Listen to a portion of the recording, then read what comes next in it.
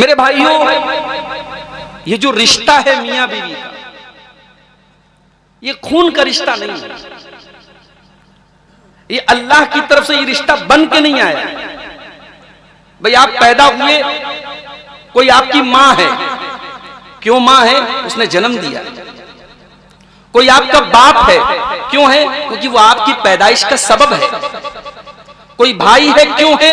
क्योंकि एक ही माँ बाप के पैदा हैं। कोई खाला है, क्यों है? माँ की बहन है। कोई फूफी है, क्यों है? बाप की बहन है। लेकिन ये जो रिश्ता है, ये तो हम बनाते हैं ना। लड़का रहने वाला घमाइश मऊ का, लड़की रहने वाली कन्नौज की। लड़के वालों ने जाके लड़की देखी, पसंद आई, घर पसंद आया, खानदान पसंद आया, रिश्ता तय हुआ, तारीख तय हुई, मौलवी साहब आए, निकाह पढ़ाया, लड़के ने कहा कबूल है, कबूल है, कबूल है, निकाह हो। ये सारा प्रोसेस तो हम कर रहे हैं। मगर आप गौर कीजिए, इस रिश्ते को, निकाह के जरिए जो रिश्ता वजूद में आया है, इस रिश्ते के अंदर कैसी मोहब्बत पैदा हो जाती है। शौहर बीवी से कितनी मोहब्बत करने लगता है कि बीवी अगर एक दिन के लिए मायके जाती है तो शौहर उससे बात किए बगैर रह नहीं सकता। शौहर अगर 2-4 रोज के लिए बाहर जाने लगे तो चलो मां की आंख में आंसू आते हैं, ठीक है, उसके वो तो मां है। ये अभी 4 दिन हुआ है शादी हुए, बीवी रो रही है। और ऐसा नहीं कोई बनावटी आंसू नहीं है, कोई नकली आंसू नहीं है, ये असली आंसू है जो बीवी की आंख से बह रहे हैं। 4 दिन में इतनी मोहब्बत कैसे पैदा हो गई भाई? ये मोहब्बत अल्लाह पैदा करता है। ये जो निकाह के जरिए जो मियां बीवी के बीच में मोहब्बत पैदा होती है, ये कोई सोशल मीडिया के जरिए पैदा नहीं हुई है।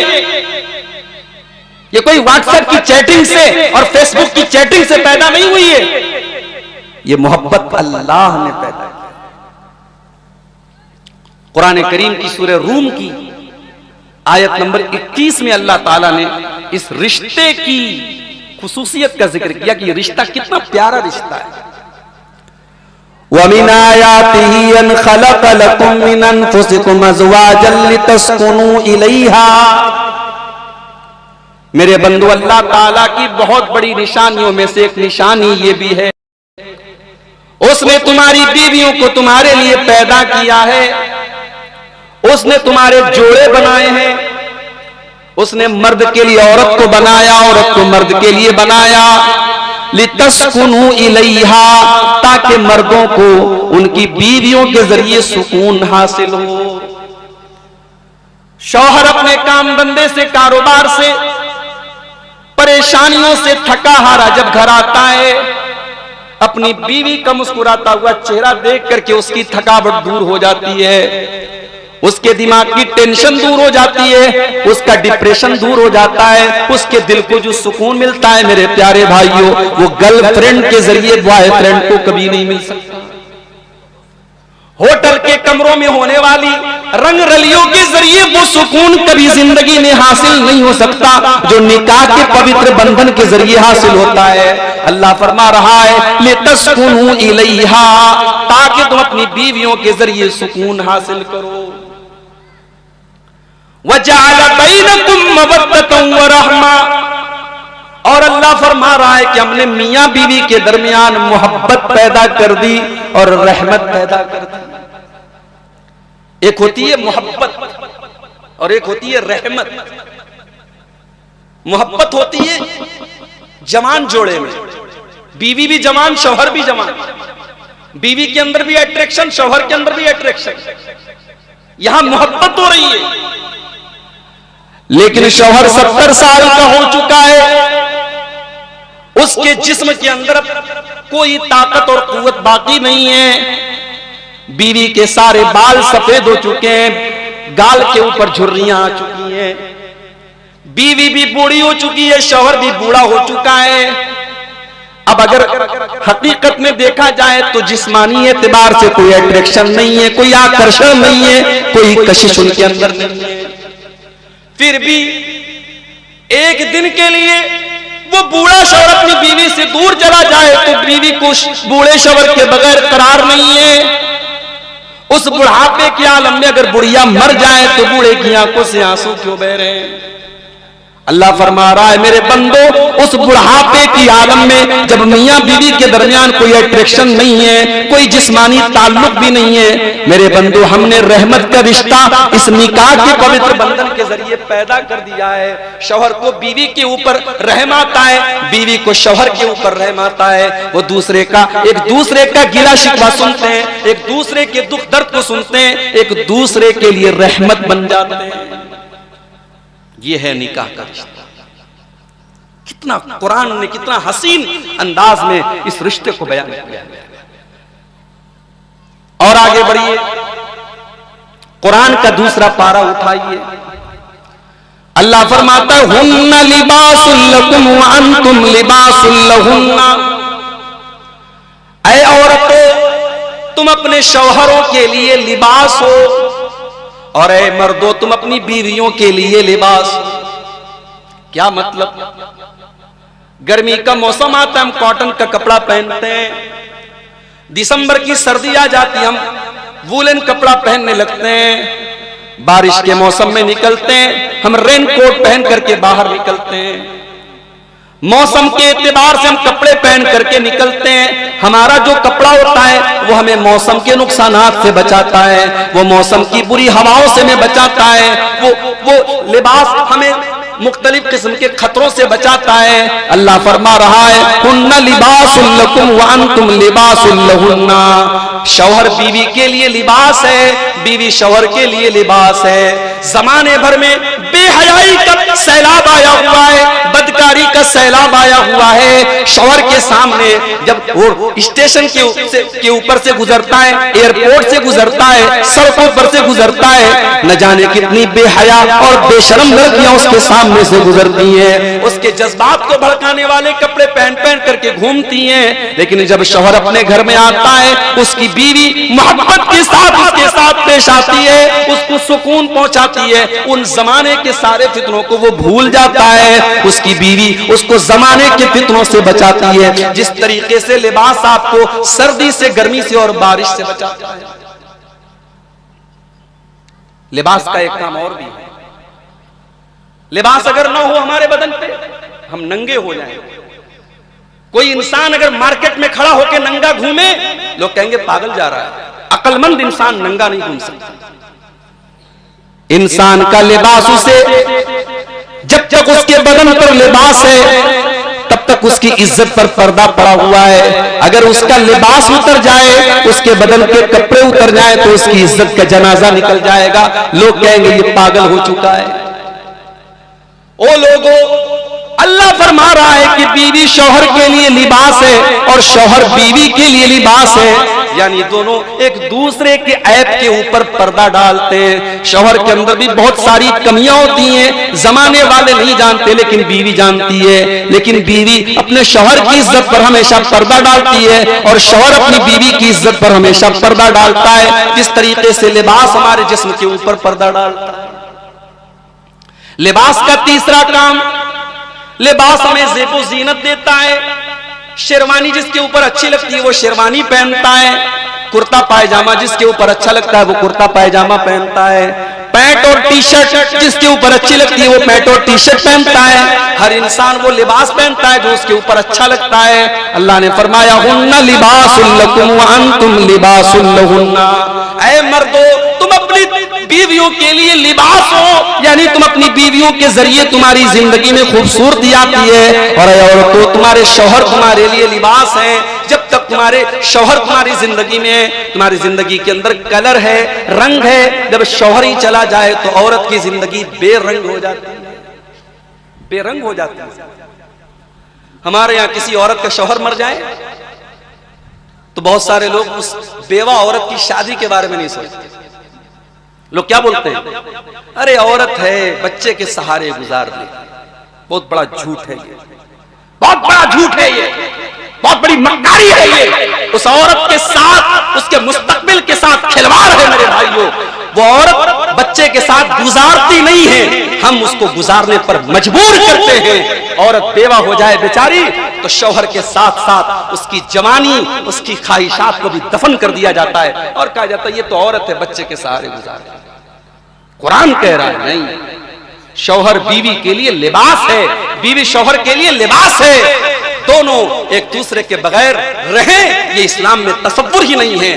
50 साल का भी आदमी अगर बीवी मर गई उसकी शादी कराओ, और औरत अगर इस लायक है कि वो शौहर के हुकूक अदा कर सकती है, 40 साल की 45 साल की है और वो बेवा हो गई या मुतल्लका है, उसकी शादी कराओ, और ताकि उसकी जिंदगी में रंग आए, क्योंकि बगैर शौहर के और बगैर बीवी के एक दूसरे की जिंदगी में रंग नहीं है मेरे।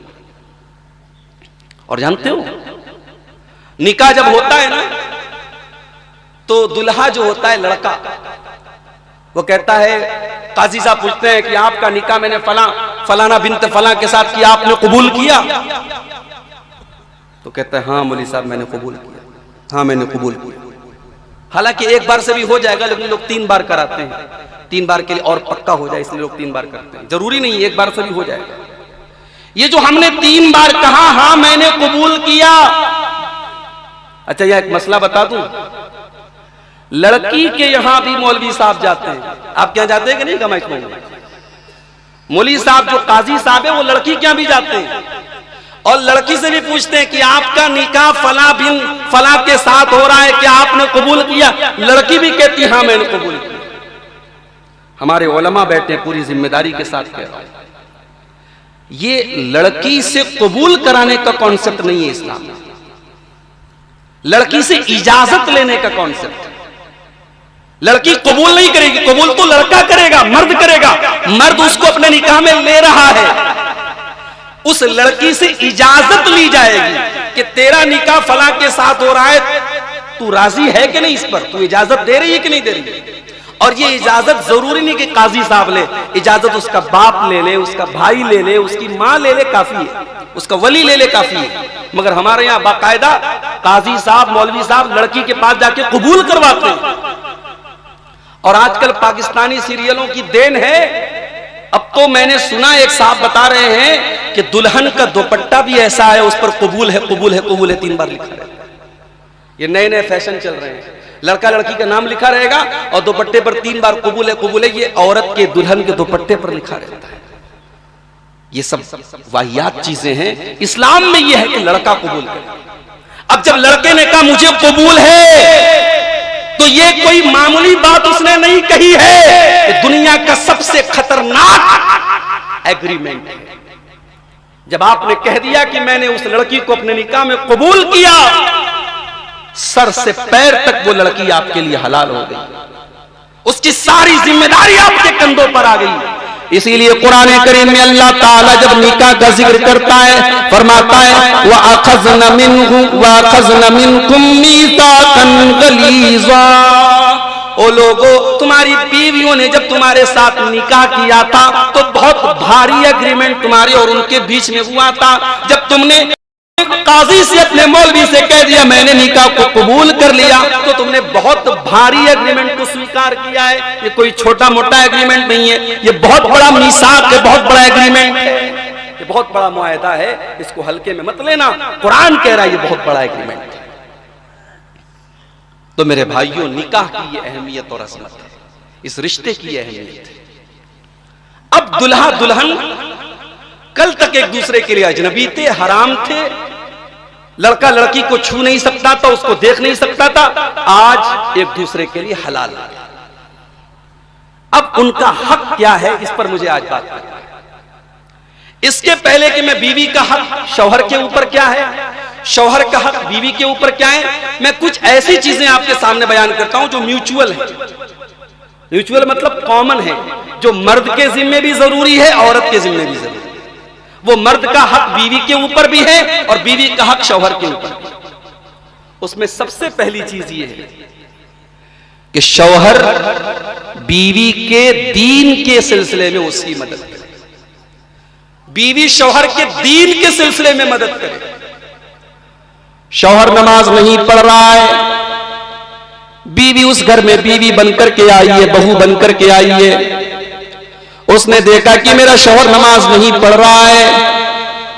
अब इस्लाम ये कहता है, शरीयत ये कहती है कि बीवी की ये जिम्मेदारी है कि वो शौहर को नमाजी बनाए, उसको दीन की तरफ लेकर के आए, उसके अंदर जो भी दीन के एतबार से कमी है उस कमी को दूर करने की उस लड़की को, उस औरत को चाहिए कि कोशिश करे।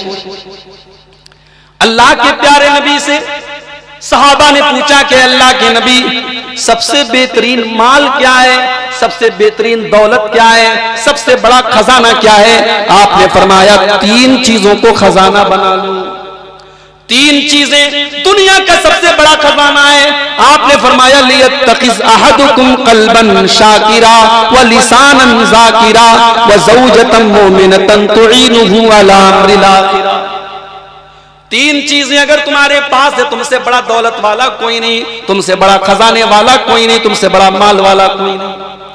कल्बन शाकिरा, पहली चीज आपके सीने में एक ऐसा दिल हो जो दिल अल्लाह ताला का शुक्रिया अदा करने वाला हो, उस दिल के अंदर अल्लाह की नाशुक्री न हो। कारोबार चल रहा है तब भी उस दिल के अंदर अल्लाह का शुक्र हो, कारोबार में मंदी आ जाए तब भी अल्लाह का शुक्र अदा करने वाला हो।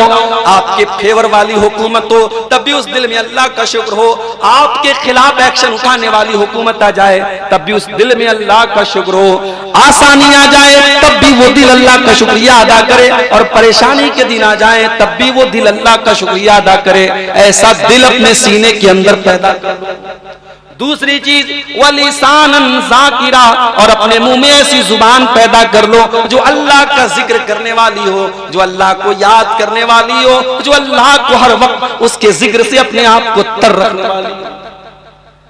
अपने मुंह में ऐसी जुबान पैदा करो जो अल्लाह का जिक्र करे। और मैं तो अक्सर कहता हूं, नबी की दुआओं को याद कर लो तो कुछ और याद करने की जरूरत नहीं पड़ेगी। उठते बैठते चलते फिरते जितनी एक्टिविटीज हैं, कौन सी ऐसी एक्टिविटी है जिसके लिए नबी ने दुआ ना सिखाई हो? मजलिस में आप आकर के बैठे, यहां बैठने की दुआ भी आपको सिखाई गई है। मजलिस खत्म होने वाली है, उसकी भी दुआ आपको सिखाई गई है। लैट्रीन में बाथरूम में जा रहे वहां की दुआ भी आपको सिखाई गई है। सवारी भरा बैठ रहे वहां की भी दुआ आपको सिखाई गई है। यहां तक कि शौहर अपनी बीवी से मुलाकात करने के लिए जा रहा है, मिलने के लिए जा रहा है, अपनी जिस्मानी ख्वाहिश पूरी करने के लिए जा रहा है, इस्लाम ने वहां उस मौके के लिए भी दुआ सिखाई है। उन दुआओं को आप याद कर लो मेरे भाई, तो इस पर आप अमल आसानी से कर सकते हो। ऐसी जुबान जो अल्लाह का जिक्र।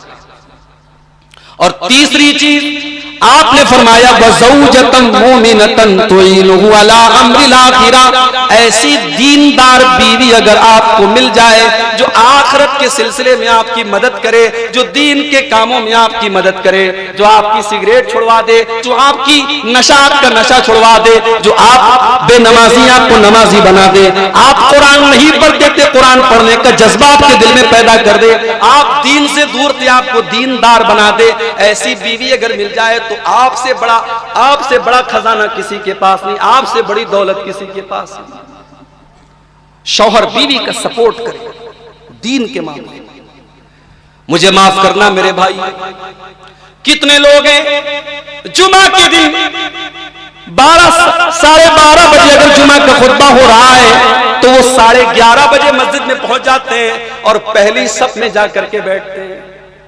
अभी आपके कन्नौज के अब्दुर्रहमान भाई आए थे, मैंने पूछा कि कन्नौज में मस्जिदों में जुमा में औरतों का इंतजाम है कि नहीं? बोले नहीं मौलवी साहब हमारे यहाँ इंतजाम है। अल्हम्दुलिल्लाह हमारी जमात अहले हदीस की अक्सर मस्जिदों में औरतों का इंतजाम है। मेरे भाई आप जुमा की नमाज में पहुंचे, आपने सबसे पहली सब में जगह हासिल करके आपने जुमा की नमाज पढ़ी। आप अपनी बीवी को भी तो लेकर के आ सकते थे, आप अपनी बहू को भी तो लेकर के आ सकते थे, आप अपनी बेटियों को भी तो लेकर के आ सकते थे। आप कहते नहीं मौलवी साहब हमारी बहू को खाना बनाना होता है, हमारी बीवी को खाना बनाना होता है, हमारी बहन को खाना बनाना होता है। मैं कहता हूं एक दिन खाना आधा घंटा लेट मिल जाए तो क्या हर्ज की बात है, एक दिन खाना 1 घंटा बिफोर पक जाए तो क्या हर्ज की बात है। मेरे भाई वो जुमा का खुतबा जो आप सुन रहे हैं, अगर आपकी बीवी भी सुनेगी, आपकी बेटी भी सुनेगी, आपकी बहन भी सुनेगी, अल्लाह की कसम साल में 52 जुमा के खुतबे अगर आपकी बहन बेटियां सुन लेंगी, अल्लाह की कसम आपकी कोई बहन बेटी मुर्तद नहीं होगी, कोई बहन बेटी मुर्तद नहीं होगी। ये जो मुर्तद हो रही हैं, ये जो दीन से दूर हो रही हैं, ये जो गैरों के साथ भाग रही हैं, अगर आप उसकी गहराई में जाकर के, उसकी तह में जाकर के पता लगाएंगे तो पता ये लगेगा उन लड़कियों ने तो दीन के नाम पे कुछ सीखा ही नहीं था, उनको दीन की कोई मालूमात ही नहीं थी। आप दीन सीख रहे हैं, कानपुर से आप गमाइश मऊ में आए, जलसे में पूरी बस लेकर के आए, आप बीवी को भी तो ला सकते थे, क्यों नहीं लाया? आपके पड़ोस में प्रोग्राम होता है, आप अपनी बीवी को लेके जा सकते, क्यों नहीं लेके जाते? मेरे प्यारे साथियों, याद रखो, ये आपका हक है आपकी बीवी के ऊपर, और बीवी का हक है आपके ऊपर कि दीन के सिलसिले में एक दूसरे की मदद करें। अल्लाह के प्यारे नबी रात में तहज्जुद पढ़ा करते थे, अपनी बीवियों को भी उठाया करते थे। अगर बीवी सो रही है, अम्मा आयशा फरमाती हैं, मैं सोती रहती थी, अल्लाह के नबी तहज्जुद की नमाज पढ़ते रहते थे। जब तहज्जुद आप पढ़ लेते थे और वितर का टाइम आता था, जब वितर की नमाज आप पढ़ने लगते थे, आप बड़े प्यार से कहते थे, कूमी या आयशा फऔतिरी, आयशा चलो तुमने तहज्जुद तो नहीं पढ़ी, कम से कम मेरे साथ तुम वितर की नमाज तो पढ़ो। वितर पढ़ाते थे आप हजरत आयशा। रमजान का आखिरी अशरा आता था, अल्लाह के प्यारे हबीब इत्तिकाफ में बैठा करते थे, लेकिन आप अकेले नहीं बैठते थे। हदीस के अल्फाज हैं, आप अपने घर वालों को भी रमजान की आखिरी अशरे की ताक रातों में और तमाम रातों में उठाया करते थे और अपने घर वालों को भी इबादत करवाया करते थे। ये बीवी का शौहर के ऊपर पहला हक है मेरे भाई, और शौहर का बीवी के ऊपर पहला हक है कि दीन के सिलसिले में एक दूसरे की मदद करें। और अगर इसमें कुछ सख्ती करना पड़े तो सख्ती भी की जाए, शौहर कुछ बीवी के ऊपर सख्ती कर दे, बीवी शौहर के ऊपर कुछ सख्ती कर दे। शौहर थका रहा आया है, रात को 2 बजे वो आया है, 4:30 बजे फजर का टाइम हो गया, बीवी शौहर को उठा रही है। शौहर को गुस्सा भी आ रहा है कि अभी मैं तो 2 बजे सो जाऊं तो मुझे 4:30 बजे क्यों उठा रही है? बीवी चाहे तो बड़े प्यार से कह सकती है, ऐ मेरे सरताज, ऐ मेरे शौहर, मुझे पता है कि अभी आपकी नींद पूरी नहीं हुई है, मगर आप फजर की नमाज जमात से न छोड़िए, आप उठ जाइए, 15 मिनट की बात है, फजर की नमाज पढ़ के आ जाइए, फिर आराम से आप सो जाइए, मैं मना नहीं करूंगी। जरूरत पड़े तो शौहर के ऊपर पानी डाल दे, लेकिन शौहर को उठा करके फजर की नमाज पढ़वाए, ये बीवी का किरदार होना चाहिए। अल्लाह के प्यारे नबी फरमाते हैं, रहीमल्लाहु रजुलन काम मिनल लैल, अल्लाह ताला रहमत नाजिल फरमाए उस मर्द के ऊपर जो रात में उठ करके तहज्जुद की नमाज पढ़ता है, वह आई कज़म रातहु, और अपनी बीवी को भी उठाता है। अगर बीवी उठने से इनकार कर देती है तो अपनी बीवी के चेहरे पर पानी छिड़क करके उसको उठाता है। और अल्लाह ताला रहमत नाजिल फरमाए उस औरत के ऊपर जो रात में उठ करके तहज्जुद की नमाज पढ़ती है और अपने शौहर को भी उठाती है, और शौहर अगर इनकार कर देता है तो शौहर के ऊपर पानी छिड़क करके उठाती है।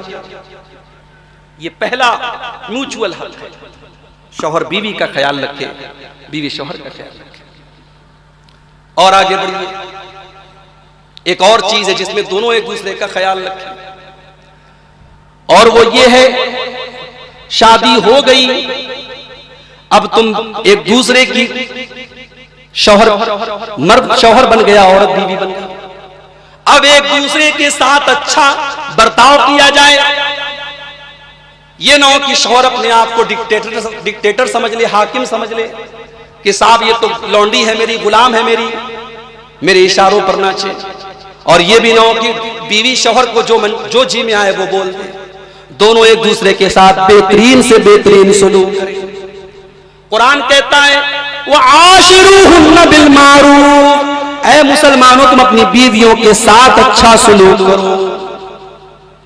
हम ऐसे लोगों को भी जानते हैं, समाज के अंदर उनका बड़ा नाम है, बड़ा रुतबा है, बड़ा मकाम है, सारे लोग उनको सलाम करते हैं, लाखों लाखों रुपये वो मस्जिदों में चंदा देते हैं, लेकिन जब उनके घर के हालात जा करके देखो तो पता ये लगता है कि बीवी के ऊपर बड़ा जुल्म करते, बड़ा मारते पीटते हैं।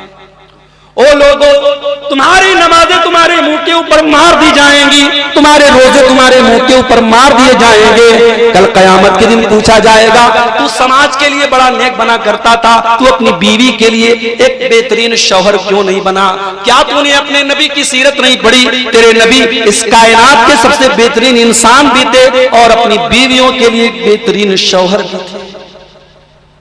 आप होंगे, जमाने के लिए बहुत बड़े 30 मार खा हों, घर में दाखिल हो तो बीवी के लिए शौहर हैं, शौहर बन के दाखिल। वो जो प्रोटोकॉल है वो घर के बाहर रखें, घर के अंदर कोई प्रोटोकॉल नहीं चलेगा। अल्लाह के नबी सहाबे किराम की नजर में कितने मुअज्जज थे, सहाबा अपने नबी का कितना एहतराम करते थे। बा सहाबा तो यहां तक कहते हैं कि हम नबी से आंख मिला करके बात नहीं करते थे। अल्लाह के नबी के मुंह से कोई थूक निकलता था तो कोई ना कोई सहाबी अपने बदन पे रगड़ लेता था, मल लेता था। अल्लाह के नबी का वजू का बचा हुआ पानी सहाबे किराम लेकर के आपस में एक दूसरे के ऊपर मल लिया करते थे। इतनी मोहब्बत करते थे, इतनी रिस्पेक्ट करते थे, इतना एहतराम करते थे। मगर अल्लाह के नबी जब अपने घर में आते थे, आपकी बीवियां आपसे गुस्सा भी होती थी। तसव्वुर करो, अल्लाह के नबी की बीवियां आपसे गुस्सा होती थी। शौहर के ऊपर बीवी गुस्सा कर सकती है, ये नबी ने अपनी सीरत में हमको दिखाया। आप वो हदीस देखिए, सही बुखारी और सही मुस्लिम के अंदर वो हदीस आपको मिल जाएगी। अल्लाह के प्यारे नबी अम्मा आयशा से फरमाते हैं, अय आयशा, मुझे पता चल जाता है तुम कब मुझसे नाराज होती हो और तुम कब मुझसे खुश होती हो। अय आयशा, जब तुम मुझसे नाराज होती हो और कसम खाती हो तो कहती हो कि इब्राहिम के रब की कसम, और जब मुझसे तुम खुश होती हो तो कहती हो मोहम्मद के रब की कसम सल्लल्लाहु अलैहि वसल्लम। अम्मा आयशा ने सुना, बड़े प्यार से कहा, अय अल्लाह के नबी, मैं गुस्से में भी आपका नाम छोड़ देती हूँ मगर आपको नहीं छोड़ती हूँ। ये सही कहा आपने कि जब मैं गुस्सा होती हूँ मैं आपका नाम जुबान पे न ला करके इब्राहिम के रब की कसम खाती हूँ, मगर अल्लाह के नबी उस गुस्से के आलम में मैं आपसे अपना जो मोहब्बत है वो नहीं छोड़ती हूँ, आपका नाम नहीं लेती हूँ अपना गुस्सा जाहिर करने के लिए, मगर आपसे कभी नाराज नहीं होती हूँ। आपकी मोहब्बत मेरे दिल से कभी खत्म नहीं होती। नबी ने बीवियों के नखरे उठाए। अल्लाह के नबी की तो कई बीवियां थी, और बीवियां जब एक से ज्यादा होती हैं तो जाहिर है उनके दरमियान गैरत होती है, सौतन सौतन की गैरत होती है। और अल्लाह के नबी की बीवियों के अंदर भी ये गैरत थी। वो बहरहाल इस उम्मत की सबसे बेहतरीन माएँ थी, मगर गैरत तो थी। अल्लाह के नबी अम्मा आयशा के पास मौजूद हैं।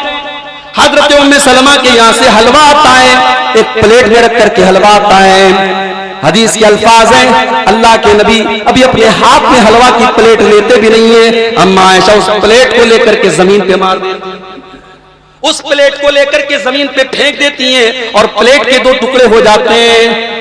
अल्लाह के नबी अगर चाहते तो गुस्सा जाहिर करते, नाराजगी जाहिर करते, अम्मा आयशा को डांटते फटकारते, मगर आपने बड़े प्यार से फरमाया, ओ लोगो, तुम्हारी माँ को गुस्सा आ गया, तुम्हारी माँ आयशा को गुस्सा आ गया। उसके बाद आपने हजरत आयशा के किचन से दूसरी प्लेट, सही सालिम प्लेट मंगा करके आपने उम्मे सलमा के घर में वो प्लेट भिजवा दी ताकि इंसाफ हो जाए। बेहतरीन शौहर का किरदार अदा किया है जनाब मोहम्मद रसूलुल्लाह सल्लल्लाहु अलैहि वसल्लम। मेरी प्यारी माओ बहनों, आपसे भी कहता हूं, शादी हो गई तो एक बेहतरीन बीवी का किरदार भी आपको अदा करना है। शौहर अगर कुछ कम कमाता है, उसकी कमाई कुछ कम है, हो सकता है कि आपके मायके के जैसी सहूलतें आपके ससुराल में न मिल पाए, हो सकता है कि आप एसी में रहने वाली हो, आपके शौहर की कमाई एसी के लायक ना हो, वो कूलर में आपको रखता है। हो सकता है आपके घर में जितने बड़े बड़े कमरे थे उतने बड़े बड़े कमरे आपको ससुराल में नसीब ना हो सकता है आपका बाप आपको साल में 12-12 जोड़ी कपड़े पहनाया करता था और शौहर की कमाई 2-3 जोड़ों से ज्यादा की नहीं है। लेकिन मेरी प्यारी माओ बहनों, ये बात याद रखो, जब आप निकाह में आ गई तो शौहर की कि अच्छे दिनों में भी आप उसकी जीवन साथी हैं, उसकी परेशानी में भी आप उसकी जीवन साथी हैं। शौहर अगर कम कमा रहा है तब भी आप उसकी बीवी हैं, और शौहर ज्यादा कमा रहा है तब भी आप उसकी बीवी है। और अगर आपको इस बात को देखना हो तो जरा अपने नबी की बीवियों की सीरत उठा के देख लो। मेरे नबी की बीवियों से बढ़ के तो इस दुनिया में कोई नेक औरत नहीं आई, वो इस उम्मत की माएँ थी। मेरी प्यारी माँ बहनों, उनके घर में कौन सा फर्नीचर था, उनके घर में कौन सा फ्रिज था, उनके घर में कौन सा एसी था, उनके घर में कौन सा कूलर था। हाय हाय, नबी के वो छोटे छोटे कमरे जिसमें उम्मत की इन माओं ने जिंदगी गुजारी है, उन कमरों का हाल अगर आप सीरत की किताबों में पढ़ के देख ले तो शायद आपकी आंखों से आंसू जारी हो जाए। हजरत सईद बिन मुसय्यब फरमाते हैं जब अब्दुल मलिक बिन मरवान के दौर में उन कमरों को तोड़ा जाने लगा तो सईद बिन मुसय्यब कहते हैं कि ओ लोगों, नबी के इन कमरों को मत तोड़ो, इन कमरों को रहने दो ताकि आने वाली नस्लें देखे कि नबी का कमरा कैसा होता था। वो मिट्टी का फर्श, वो छोटी छोटी छतें और वो खजूर के छप्पर और वो खजूर के तने के पिलर और वो छोटे छोटे कमरे जिनमें इस उम्मत की माओं ने पूरी जिंदगी गुजार दी। मेरे प्यारे साथियों, वो कमरे हमारे मकानों की तरह आलीशान नहीं थे, उनमें मार्बल नहीं बिछे हुए थे, उनमें बेहतरीन रंगों डिजाइन मौजूद नहीं थे, मगर वो बड़ी बरकत वाले कमरे थे। उन्हीं कमरों में जिब्रील आया करते थे, उन्हीं कमरों में कुरान उतरा करता था, उन्हीं कमरों में अल्लाह के प्यारे नबी आराम किया करते थे। और जानते हो कैसे दिन काटे हमारी माओं ने अपने नबी के साथ। हमारे दौर की औरतों के ऊपर अगर वो दिन आ जाए तो शौहर को छोड़ के चली जाएगी। अम्मा आयशा फरमाती हैं 2-2 महीने गुजर जाया करते थे, 2-2 महीने गुजर जाया करते थे और आसमान के 3 चांद हम देख लिया करते थे। लेकिन अल्लाह के नबी की 9 बीवियां थी, किसी बीवी के घर में चूल्हा जलने की नौबत ना आया करती थी। 2-2 महीने तक अल्लाह के नबी का पूरा परिवार, आपकी 9 बीवियां, आपकी बेटियां, आपके बच्चे खजूर खा करके और पानी पी करके गुजारा किया करते थे। मगर उन बीवियों ने कभी अपनी जुबान पर हर्फ शिकायत न लाया, कभी अपने नबी को ताना न दिया कि आपकी कमाई बहुत कम है, अपने नबी को कभी शिकायत का मौका ना आने दिया। और जब वो हालात आए मुसलमानों के ऊपर, जब थोड़ी आसानी का दौर आया और मदीना के और लोगों के घर में थोड़ा लाइफ स्टाइल और अच्छा हो गया, खाना अच्छा हो गया, पहनना अच्छा हो गया, रहना अच्छा हो गया, तो नबी की बीवियों ने भी महसूस किया कि हमारा लाइफ स्टाइल भी थोड़ा अच्छा होना चाहिए। उन्होंने अल्लाह के नबी से डिमांड की, अय अल्लाह के नबी, अब तो मदीना के सारे घरों में अच्छे अच्छे पकवान पक रहे हैं और अच्छे अच्छे खाने बन रहे हैं और अच्छे अच्छे कपड़े पहने जा रहे हैं। अय अल्लाह के नबी, हम तो आपकी बीवियां हैं, हम तो इस उम्मत की माएँ हैं, क्या हमें अच्छा कपड़ा पहनने का हक हासिल नहीं? क्या हमें अच्छे खाने खाने का हक हासिल नहीं? अय अल्लाह के नबी, हम चाहते हैं कि साल में जो पैसा हमको दिया जाता है, जो नफका हमें दिया जाता है, उसमें कुछ बढ़ोतरी कर दी जाए, कुछ इजाफा कर दिया जाए, कुछ इंक्रीमेंट कर दिया जाए। ईमान से बताओ मेरे भाई, क्या हमारी माओ का यह डिमांड करना गलत था? क्या उनका एक अच्छी जिंदगी गुजारने का हक हासिल नहीं था? उनकी डिमांड तो बिल्कुल भी गलत नहीं थी, मगर अल्लाह ताला को अपने नबी की बीवियों की यह डिमांड भी पसंद नहीं आई। अल्लाह ने कुरान के 21वें पारे की आयतें नाजिल कर दी, या अय्युहन नबी कुल लिअज़वाजिका इन कुंतुन्ना तुरिदनल हयातद दुनिया व ज़ीनतहा फतालैना उमत्तिकुन्ना व उसर्रिकुन्ना सराहन जमीला। ऐ नबी, अपनी बीवियों से कह दीजिए, अगर तुमको दुनिया की चमक दमक चाहिए, तुमको दुनिया की दौलत चाहिए, तो ऐ नबी की बीवियों आ जाओ, मैं तुमको दुनिया की दौलत दे देता हूँ, मगर फिर तुमको अपने घर में मैं नहीं रखूंगा, तुमको तलाक दे दूंगा, तुमको अपने घर से निकाल दूंगा, तुम जाओ दुनिया का ऐशो आराम ले लो, मगर फिर तुम मोहम्मद के घर में नहीं रह सकती हो। व इन कुंतुन्ना तुरिदनल्लाह व रसूलहु व दारल आखिरत फइन्नल्लाह अअद्द लिल मुहसिनाति मिनकुन्ना अजरन अज़ीमा। और ऐ नबी की बीवियों, अगर तुम अल्लाह से मोहब्बत करती हो, उसके नबी से प्यार करती हो और आखिरत में अपना घर बनाना चाहती हो, तो ऐ नबी की बीवियों, तुम नेकी का काम करती रहो और नबी के साथ अच्छे बुरे हालात में नबी का साथ देती रहो, अल्लाह तुमको तुम्हारी नेकियों का फल जरूर देगा। ये 2 आयतें नाजिल हुई। जब ये 2 आयतें नाजिल हुई, बुखारी के अल्फाज है, अल्लाह के नबी हजरत आयशा के पास आते, अय आयशा, अय आयशा, तुमसे एक बड़ी जरूरी बात करनी है। अय अल्लाह के नबी, बताइए क्या बात है?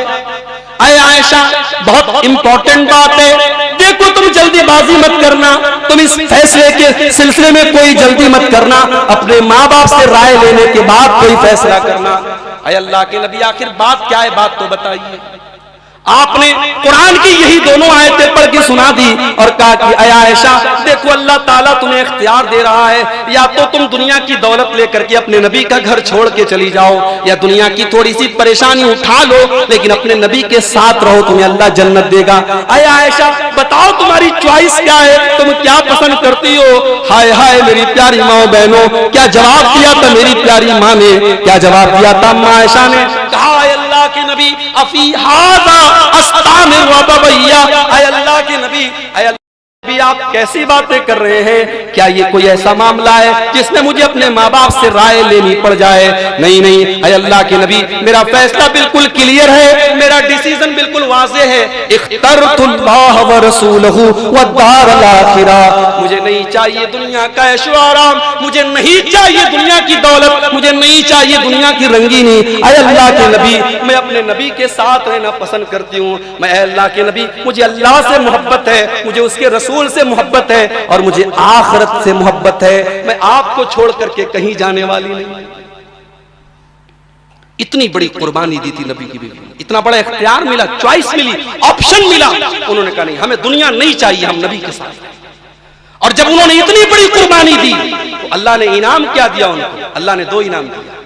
पहला इनाम तो दुनिया वालों को सुना दिया, व अज़वाजुहु उम्महातुहुम, ऐ ईमान वालों ये नबी की बीवियां ये तुम्हारी माँ का दर्जा रखती हैं, इनका नाम लेना तो इनको माँ कह करके पुकारना, इनको उम्मुल मोमिनीन कह करके पुकारना।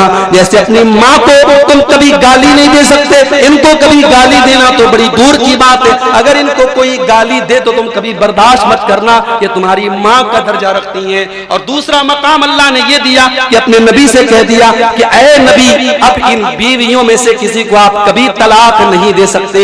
अब ये दुनिया में भी आपकी बीवी है और आखिरत में भी आपकी बीवी रहेगी, ये जन्नत में भी आपकी बीवी रहेगी। इन्होंने इतनी बड़ी कुर्बानी दी है, उसका सिला यह है कि ये आखिरत में भी आपकी बीवी रहेगी। तो एक दूसरे के साथ सुख में, दुख में, आसानी में, परेशानी में साथ देने का नाम मेरे भाइयों शादीशुदा जिंदगी है। शौहर को चाहिए एक बेहतरीन शौहर बने, बीवी को चाहिए एक बेहतरीन बीवी। और आगे बढ़िए, शादी हुई किस लिए? अल्लाह ने शादी का ये निजाम क्यों बनाया? इसलिए बनाया है ताकि एक दूसरे की जो जिनसी ख्वाहिशात हैं, जो सेक्सुअल डिजायर्स हैं, वो सही तरीके से पूरी। अब इस्लाम ये भी कहता है कि शौहर अपनी बीवी की जरूरत को पूरी करने में कोई कोताही न करे, बीवी भी अपने शौहर की जरूरत को पूरी करने में कोई कोताही न करे। कुरान का 18वां पारा उठाओ, अल्लाह फरमाता है वल्लज़ीना हुम लिफुरूजिहिम हाफिज़ून, कामयाब वो लोग हैं जो अपनी शर्मगाहों की हिफाजत करते हैं, जो अपनी शर्मगाहों का कभी गलत इस्तेमाल नहीं करते हैं। इल्ला अला अज़वाजिहिम औ मा मलकत ऐमानुहुम, सिवाय अपनी बीवियों के और सिवाय अपनी लौंडियों के। लौंडियों का कॉन्सेप्ट आज के दौर में मौजूद नहीं है, उस पर हम बात नहीं करेंगे। अल्लाह ने कहा कि सिर्फ अपनी शर्मगाहों का इस्तेमाल वो अपनी बीवियों के लिए कर सकते हैं। इससे 2 चीजों का रद्द हो गया। एक, हमारे नौजवान आजकल जो एक बहुत बड़ी बुराई में मुब्तला है, जिसको मास्टरबेशन बोलते हैं, या अपने हाथों से हम कह लें कि जिना करना बोलते हैं, हाथों से किया जाने वाला जिना जो आज इंटरनेट की वजह से आज हमारे नौजवानों में बहुत ज्यादा पॉपुलर हो रहा है, ये हराम है और नाजायज है। और उसकी दलील कुरान की यही आयत है कि ईमान वाले अपनी शर्मगाहों का इस्तेमाल सिर्फ अपनी बीवी के साथ करते हैं। इससे यह भी पता चला कि बीवी आपकी बीवी है तो ये जरूरत उसको आपको पूरी करना है। ये साल साल भर के लिए आप अपनी बीवी को छोड़ करके बिला किसी मजबूरी के, आप बंबई में रहते हैं, आप पूना में रहते हैं, बीवी को साथ में रख सकते हैं। मैं कहता हूं कुछ कम पैसे कमाओ, कुछ कम सहूलतें अपने घर वालों को दो, मगर अपनी बीवी को अपने साथ रखो मेरे भाई। ये शौहर का बीवी से साल साल भर दूर रहना तो बहुत सारे फिक्रों की जड़ है और हम समाज में उसको देख सकते हैं। और जब बात आई है तो मुझे एक बात की और इजाजत दीजिए। एक आम काम करने वाला, उसको जब काम दिया जाता है तो साथ में फैमिली क्वार्टर दिया जाता है, मगर मस्जिद का इमाम, उसको हम बेचारे को इतना छोटा सा कमरा देते हैं कि वो बेचारा किसी तरीके से अपना पैर फैला के उसमें सो सके। इस मुल्क में हजारों लाखों इमाम हैं मस्जिदों के जो जिंदा हैं, मगर उनकी बीवी बेवा की जिंदगी गुजार रही है। उस साल में जब ईद का त्योहार आता है तो वो भी ईद की नमाज पढ़ा के अपने घर जाता है। क्या उसकी बीवी को हक नहीं है अपने शौहर के साथ रहने का? उसके बच्चे अपने बाप के रहते हुए यतीम की जिंदगी गुजारते हैं, क्या उसके बच्चों को हक नहीं है अपने बाप का प्यार पाने? शर्म करो मेरे भाइयों, शर्म करो। जो कौम अपनी मस्जिद में नमाज पढ़ाने वाले इमाम को शादीशुदा होने के बावजूद उसकी बीवी से दूर रखे, उस कौम की यही दुर्गत होनी चाहिए जो इस वक्त। आज कितने फितने हो रहे हैं, कितनी जगह कुरान पढ़ाने वाला ट्यूशन पढ़ाने वाला मौलवी किसी लड़की को लेके भाग गया, फला जगह किसी इमाम ने गलत काम कर दिया। ये क्यों हो रहा है? हमने दरवाजा खोला है इसलिए कुत्ता अंदर आ रहा है, हमने फितनों का दरवाजा खोला है इसलिए ये फितने पैदा हो रहे हैं। मस्जिदों के इमाम और मदरसे में पढ़ाने वाले टीचरों के लिए भी आपको हर हाल में फैमिली क्वार्टर का इंतजाम करना चाहिए। नहीं करेंगे तो बहुत सारे फितने जन्म लेंगे और आज हम उनको देख रहे हैं। जरूरत है भाई, शौहर को बीवी की जरूरत है। शादी नहीं हुई थी अलग बात है, शादी हो गई और बीवी शौहर से दूर है, शौहर बीवी से दूर है। बहुत ही गलत बात है, बहुत ही गलत काम है जो आज हो रहा है। इसीलिए इस्लाम ये कहता है अगर शौहर अपनी बीवी को बिस्तर पर बुलाए, बड़े साफ अल्फाज में अल्लाह के नबी फरमाते हैं, बुखारी के अल्फाज हैं, इज़ा दअर रजुलु इम्रातहु इला बैती, जब शौहर अपनी बीवी को बिस्तर पर बुलाए, फअबत, और बीवी बिला किसी मजबूरी के इनकार कर दे। कोई मजबूरी हो, बीमारी है, तकलीफ है, अलग बात है। बगैर किसी मजबूरी के अगर बीवी इनकार कर दे, नबी के अल्फाज हैं, लानत अल मलाइकतु हत्ता तुस्बिया, सुबह तक फरिश्ते लानत करते रहते उस बीवी के ऊपर कि तूने अपने शौहर की ख्वाहिश को पूरा करने में तूने कोताही की है, जो एक बीवी का फर्ज था तूने अदा नहीं किया। तो शौहर को भी चाहिए कि इस मामले में बीवी का हक अदा करे। अगर उसके अंदर कोई जिस्मानी तौर पर कमी है उस कमी को पूरा करे, और बीवी को भी चाहिए कि शौहर को शिकायत का मौका न दे। ये दोनों का एक दूसरे का हक है। यहां तक कि अगर बीवी पीरियड में है, उसके साथ शौहर का रिलेशनशिप बनाना जायज नहीं है, मगर उस हालत में भी अल्लाह के नबी फरमाते हैं इस्नऊ कुल्ल शैइन इल्ला निकाह, जमा करना हराम है, बीवी के साथ रिलेशनशिप बनाना हराम है। लेकिन बीवी के साथ, अगर बीवी के साथ शौहर प्यार और मोहब्बत का इजहार करना चाहे, साथ में लेट करके उसके साथ मोहब्बत का इजहार करना चाहे, तो बीवी को इनकार बिल्कुल भी नहीं करना चाहिए। उसको जो नाजायज काम है उस कैफियत में उससे मना करना चाहिए। जो जहां तक इस्लाम ने जायज करार दिया है, बीवी को उसमें कोई रुकावट नहीं बननी चाहिए। ये बड़े साफ अल्फाज में मैं इसलिए कह रहा हूं क्योंकि इस मामले में हमारे यहाँ समाज में बड़ी कोताहियां होती है। बहुत सारे केसेस हमारे सामने आते हैं और बहुत सारे घर टूटते हैं। मेरे भाइयों, एक बेहतरीन बीवी वो है जो इस मामले में अपने शौहर को शिकायत का मौका न दे, और एक बेहतरीन शौहर वो है जो बीवी को इस मामले में शिकायत का मौका न दे। और एक और चीज है जो दोनों के दरमियान कॉमन है, शौहर की भी जिम्मेदारी है, बीवी की भी जिम्मेदारी है। बच्चे अगर पैदा हो गए तो बच्चों की सही तरबियत करना ये दोनों की जिम्मेदारी है।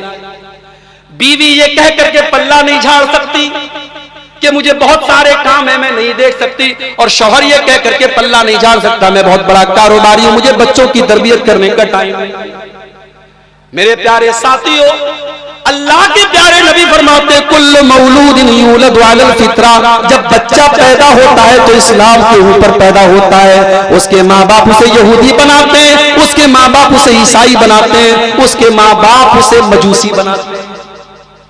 अभी आजकल एक वीडियो बड़ा वायरल हुआ है 2 दिन पहले, मध्य प्रदेश का वीडियो है, शायद आपने देखा हो। एक 12-14 साल का लड़का जुलूस निकल रहा है और जुलूस में नारा लगा रहा है, फला मसलक का नाम लेकर के, फला सुअर मुर्दाबाद, फला सुअर मुर्दाबाद, फला सुअर मुर्दाबाद। और ये नारा उस नबी की मोहब्बत और उस नबी की पैदाइश के जश्न के नाम पे लग रहा है, जिस नबी ने कभी अपनी जिंदगी में गाली का जवाब भी गाली से नहीं, जिस नबी ने अपने दुश्मनों को भी कभी गाली नहीं दी है, और जिस नबी ने गाली के जवाब में भी कभी अपनी जुबान को गाली से आलूदा नहीं किया है। ये 12-14 साल के बच्चे के अंदर इतनी नफरत कैसे पैदा हुई मेरे भाइयों? इसमें उसके माँ बाप का किरदार है, माँ बाप की तरबियत बोलती है, बाप की तरबियत बोलती है। उसे यही सिखाया गया है कि तू सही है, तेरा मजहब सही है, तेरा मसलक सही है, और बाकी सब सुअर है और बाकी सब कमीने हैं। तो जो उसको पट्टी पढ़ाई गई, वो 12-14 साल का लड़का वो नारा लगा रहा है, और आज वीडियो पूरा वायरल हो रहा है। ये हालात हैं हमारे। बच्चों की तरबियत ये माँ की भी जिम्मेदारी है, ये बाप की भी जिम्मेदारी है। इसीलिए अरबी का एक शायर कहता है, लईसल यतीम मन इंतहा अबवाहु मिन हमिल हयाती व खल्लफाहु जलीला। यतीम वो नहीं है जिसके माँ बाप उसे छोड़ के चले जाएं। इन्नल यतीम हुवल्लज़ी तल्का लहू उम्मन तखल्लत व बम मशगूला। अरे यतीम तो वो इंसान है जिसकी माँ के पास उसके लिए टाइम नहीं, जिसके बाप के पास उसके लिए टाइम नहीं। बाप इतना बड़ा कारोबारी है, बच्चों की तरबियत के लिए उसके पास कोई टाइम नहीं, और माँ इतनी बड़ी कामकाजी है, बच्चों की तरबियत के लिए उसके पास कोई टाइम नहीं। मेरी माँ और बहनों, आप एक बेहतरीन माँ का किरदार अदा कीजिए। मेरे भाइयों, आप एक बेहतरीन बाप का किरदार अदा कीजिए। औलाद की तरबियत ये दोनों की मुश्तरका जिम्मेदारी है। और एक और चीज है जो मियां बीवी दोनों की मुश्तरका जिम्मेदारी है कि एक दूसरे की प्राइवेट बातें शेयर ना करें। यह भी हमारे यहां होता है। शादी के बाद मर्द अपने दोस्तों से बताता है कि मेरी बीवी के साथ ये मामला पेश आया, ये मामला पेश आया।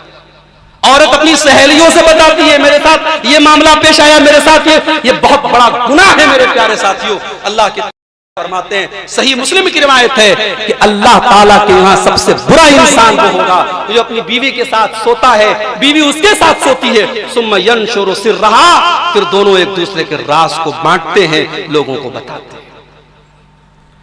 अल्लाह के नबी के सामने एक मर्तबा ये बात आई कि साहबा एक दूसरे को इस तरीके की बातें बताते हैं।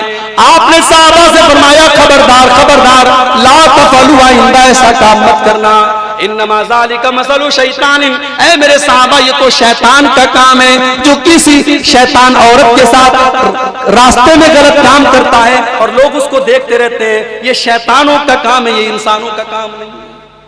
ये जो गंदी गंदी मूवीज आ रही हैं और इस अमल को वीडियो की शक्ल में दिखाया जा रहा है, अल्लाह के नबी की ये हदीस बता रही है ये शैतान का काम हो सकता है।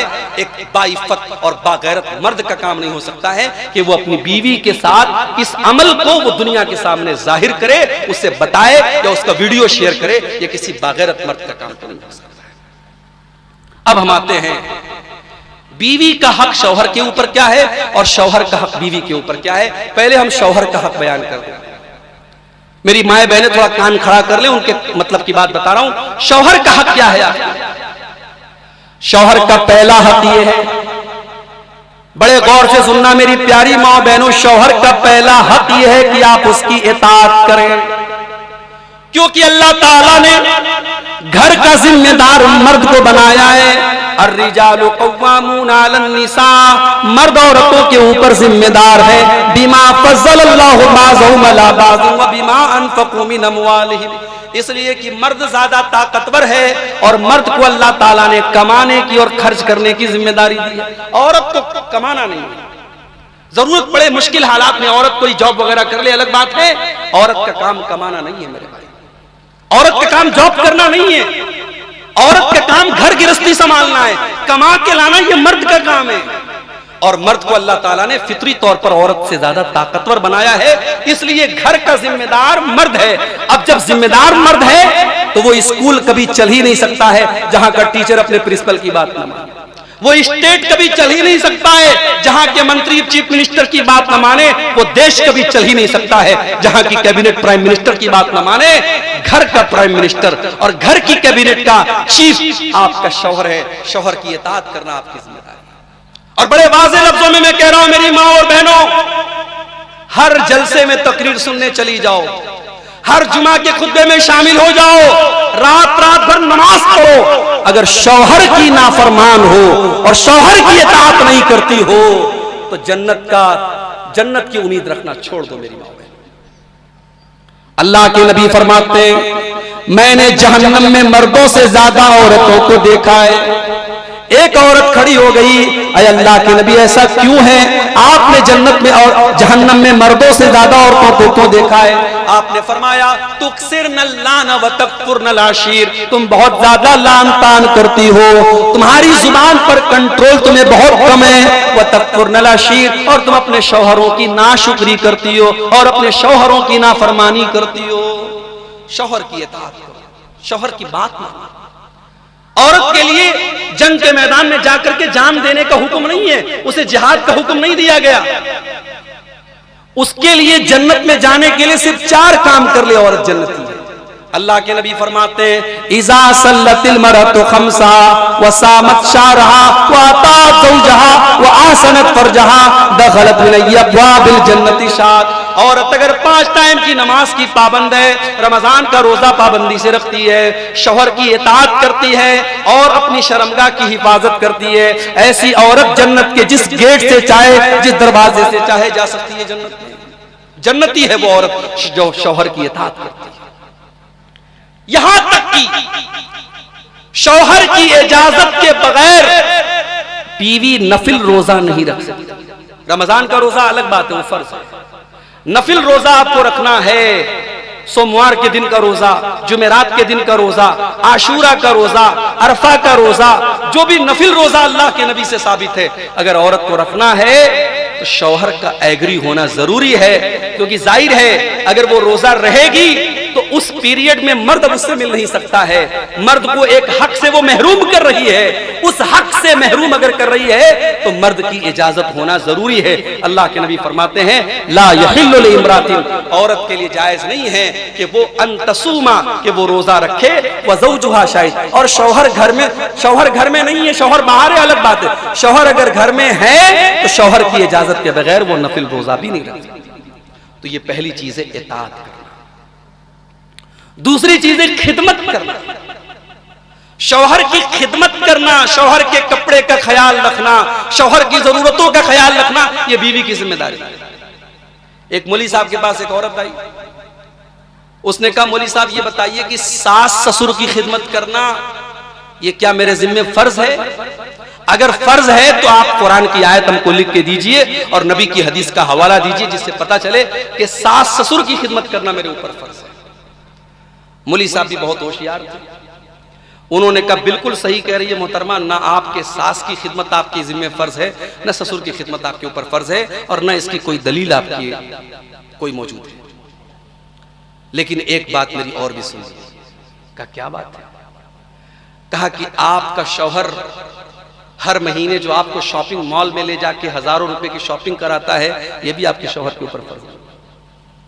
वो रोजाना तरह तरह की आपको बेहतरीन चीजें खिला रहा है, होटल से ला के आपको खिला रहा है, आपको घूमने फिरने लेके जा रहा है, ये तमाम चीजें फर्ज नहीं है, न कुरान की किसी आयत से साबित है, न किसी हदीस से साबित है। जिंदगी कानून के डंडे से नहीं चलती मेरी माँ बहनों, कि बहू अपना एक दायरा बना ले कि यहां से मेरा काम है, यहां से मेरा काम नहीं है।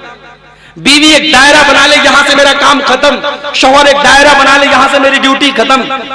जिंदगी और शादीशुदा जिंदगी और फैमिली प्यार और मोहब्बत से चलती है। आपके जिम्मे सास ससुर की खिदमत जरूरी नहीं है, मगर वो सास आपके शौहर की मां है, वो अगर उसको वो उस 70 साल की बूढ़ी औरत अपने हाथ से बैठ के कपड़ा धुले, आपकी गैरत कैसे गवारा कर रही है कि आप उसके काम करें?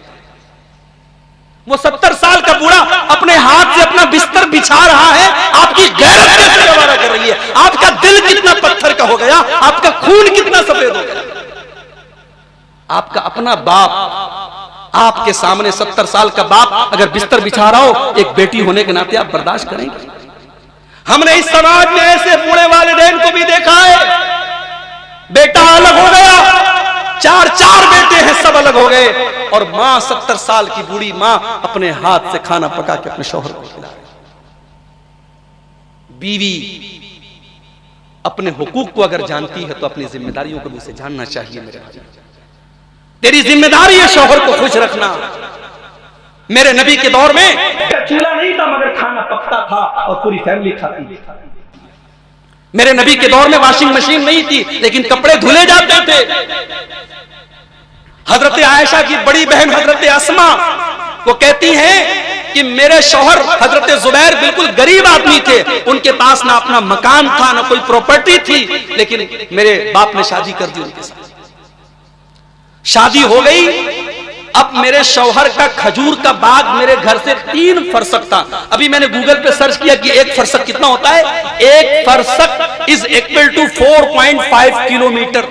4.5 किलोमीटर के बराबर तकरीबन एक फरसक होता है। 3 फरसक यानी तकरीबन 13-14 किलोमीटर हजरत आयशा की बड़ी बहन हमारे नबी की बड़ी साली डेली अपने घर से जाती थी और खजूर के बाग में जाकर के खजूरों की गुठलियों को चुनती थी और ला करके हजरत जुबैर के घोड़े को, अपने शौहर के घोड़े को खिलाती थी। सारे काम करती थी। हजरत फातिमा नबी की सबसे लाडली बेटी, शादी हुई हजरत अली के साथ। कोई पैसे वाले बड़े मालदार हजरत अली नहीं थे, गरीब थे, फाइनेंशियली कमजोर थे, मगर उस घर में हजरत फातिमा ने कभी शिकायत नहीं की। अपने हाथों से चक्की चलाती, सारे काम करती, हसन और हुसैन की परवरिश भी करती, लेकिन कभी ये नहीं कहती कि मुझे शिकायत है, कभी अपने जबान पर शिकायत का हर्फ नहीं। शौहर की खिदमत करना ये भी आपकी जिम्मेदारी। तीसरी जिम्मेदारी बीवी की क्या है? शौहर के घर से बगैर इजाजत न निकले। भाई ठीक है, घमाइश मऊ से कन्नौज बहुत दूर नहीं है, कन्नौज में मायका है औरत का और शौहर को पता है कि हफ्ते भर में 10 दिन में मायके चली जाती है, चलो वो अलग बात है। मगर शौहर की इजाजत के बगैर आप किसी रिश्तेदार के यहाँ कहीं भी जा रही हैं, ये मुनासिब नहीं है। घर के बाहर आपको निकलने से पहले शौहर की इजाजत जरूरी है। वक़र्न फ़ी बुयूतिकुन्ना, ऐ नबी की औरतों तुम अपने घर में रहा करो, तुम्हारा काम घर संभालना है। और कभी तुम घर के बाहर अगर निकला करो, वला तबर्रजना तबर्रुजल जाहिलियतिल ऊला, तो तुम बनाओ सिंगार करके, मेकअप करके न निकला करो। या उल्टी गंगा बह रही है। शौहर के लिए कभी मेकअप नहीं होता, शौहर के लिए कभी लिपस्टिक और पाउडर और ये अला बला क्या चमकारा मस्कारा क्या क्या मुझे तो नाम भी नहीं मालूम, ये सब कभी नहीं लगता। हाँ, शादी में जाना है, फंक्शन में जाना है तो बिल्कुल बन ठन के जाना। शौहर सबसे बड़ा हकदार है आपके मेकअप का। एक बेहतरीन औरत की निशानी यह है कि वो शौहर देखे तो खुश हो जाए। अल्लाह के नबी से पूछा गया सबसे बेहतरीन औरत कौन सी है? आपने फरमाया अल्लती तसुर्रुहु इज़ा नज़र, जब शौहर देखे तो खुश हो जाए। शौहर बेचारा कब खुश होगा? जब तू खुश करने के लायक हो रही है तब तो तू शादी में जा रही है। और जब तू पसीने की बदबू में, पसीने में नहाई हुई है, कपड़ा तेरा बदबू मार रहा है, तब तो तू अपने शौहर का सामना कर रही है। और वो बेचारा टेंशन लेके घर में आ रहा है, वो ये सोच के आ रहा है घर में सुकून मिलेगा, तो यहाँ और टेंशन खड़ी है। देवरानी ने ये कहा, जेठानी ने ये कहा, सास ने ये कहा, ससुर ने ये कहा, देवर ने ये कहा, दुनिया भर की शिकायतें। शौहर बेचारा कहता कहाँ आके फंस गया। बीवी का ये काम नहीं होता है मेरे भाई। बीवी का काम है शौहर को खुश करना, उसके लिए ज़ेबो ज़ीनत करना, उसके लिए सजना संवरना। और मैं 2 मिसालें आपको देना चाहता हूं कि बीवी शौहर को कैसे खुश करती थी। और एक मिसाल तो ऐसी है कि अगर सीने में धड़कता हुआ दिल हो तो शायद सुन करके आपकी आंखों से आंसू आ जाए।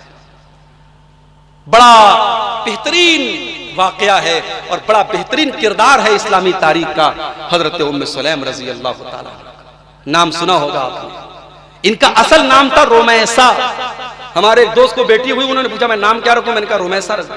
हमारे उल्टे सीधे लोग नाम रखते हैं। भाई साहब, सहाबियात के एक से एक नाम है, आप सहाबियात के नाम पर अपनी बच्चियों के नाम रखिए। रोमैसा नाम बड़ा प्यारा है, बच्ची पैदा हो तो ये नाम रख सकते हैं। ये किसका नाम था? उम्मे सुलैम का। ये कौन थी? ये हजरत अनस की मां थी। ये बेवा थी, शौहर का इंतकाल हो गया। अब बेवा औरत को कौन पूछता है भाई? उस जमाने में भी बेवा औरतों की हालत बहुत अच्छी नहीं थी। इनके निकाह का पैगाम आया हजरत अबू तलहा अंसारी की तरफ से, जो मदीना के बड़े पैसे वाले आदमी थे।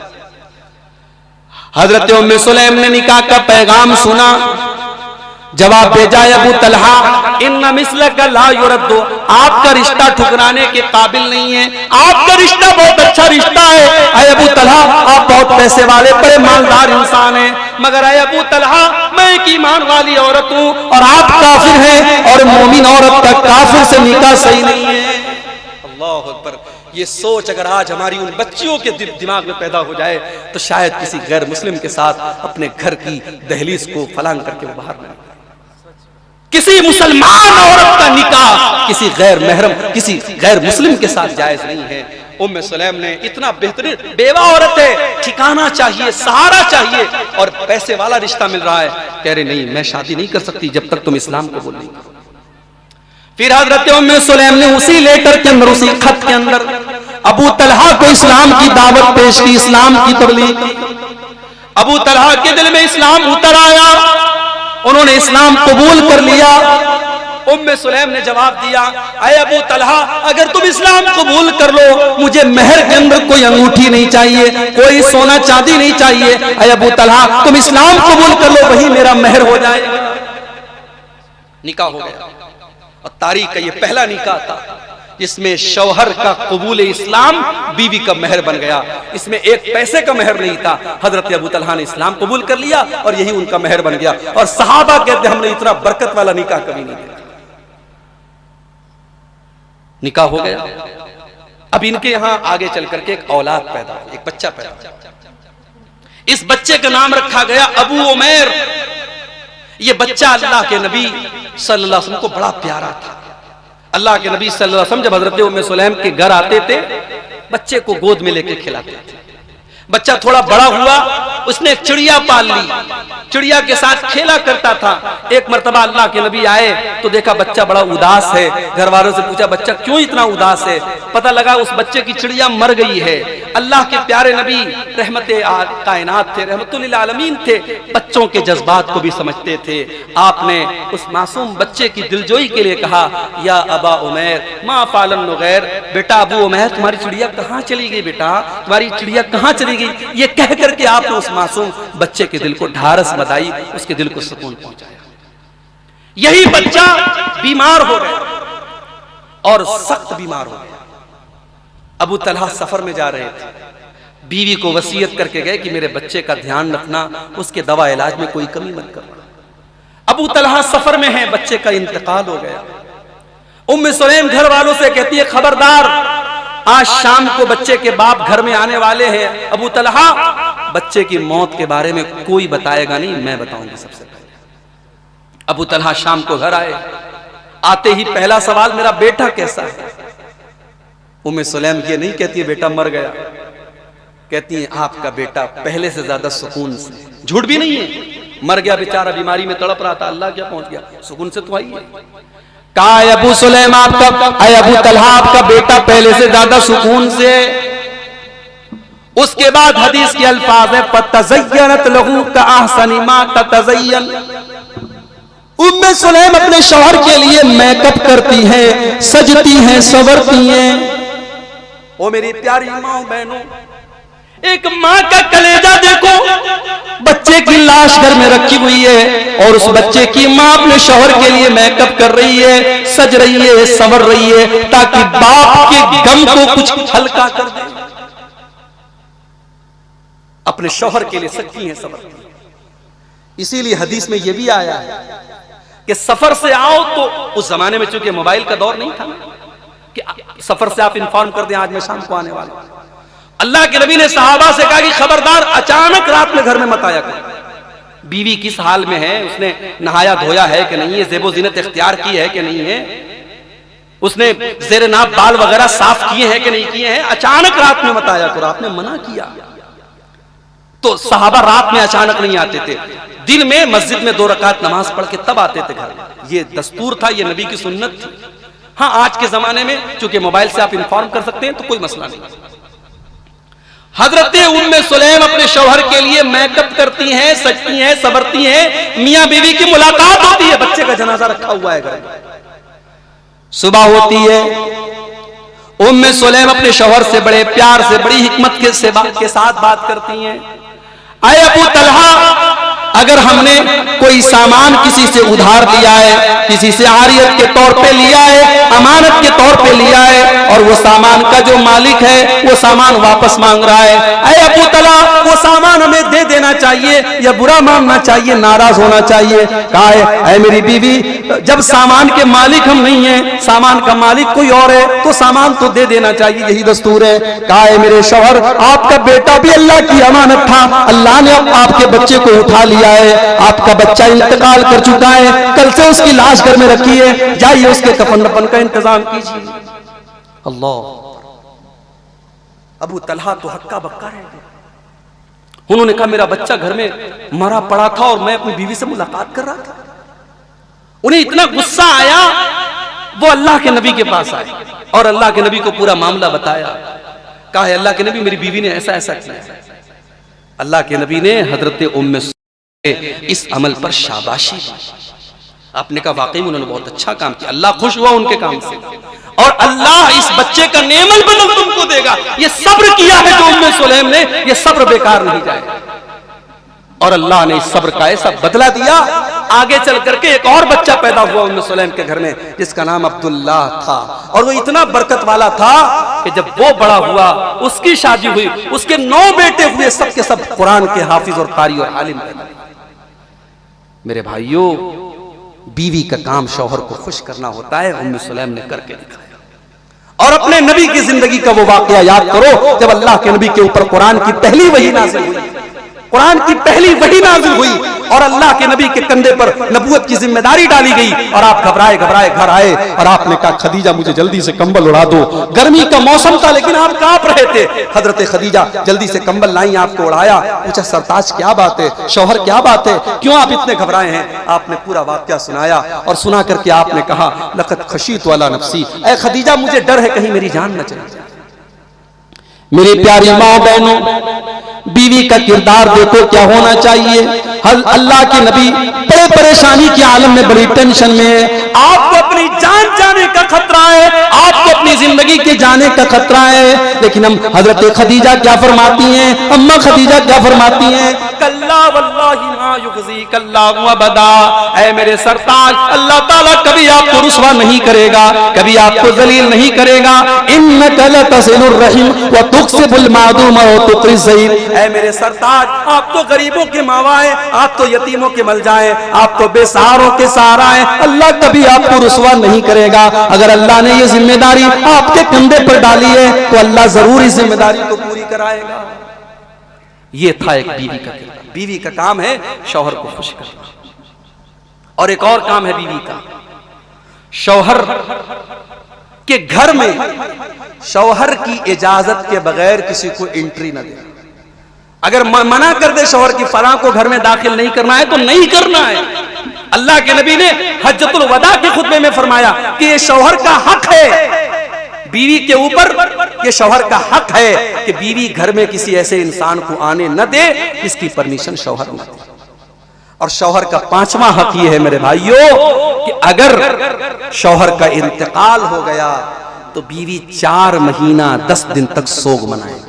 किसी और मरने वाले के लिए, किसी औरत के लिए जायज नहीं है कि वो 3 दिन से ज्यादा सोग मनाए, 3 दिन से ज्यादा वो अच्छे कपड़े न पहने, 3 दिन से ज्यादा वो ज़ेब-ओ-ज़ीनत न करे।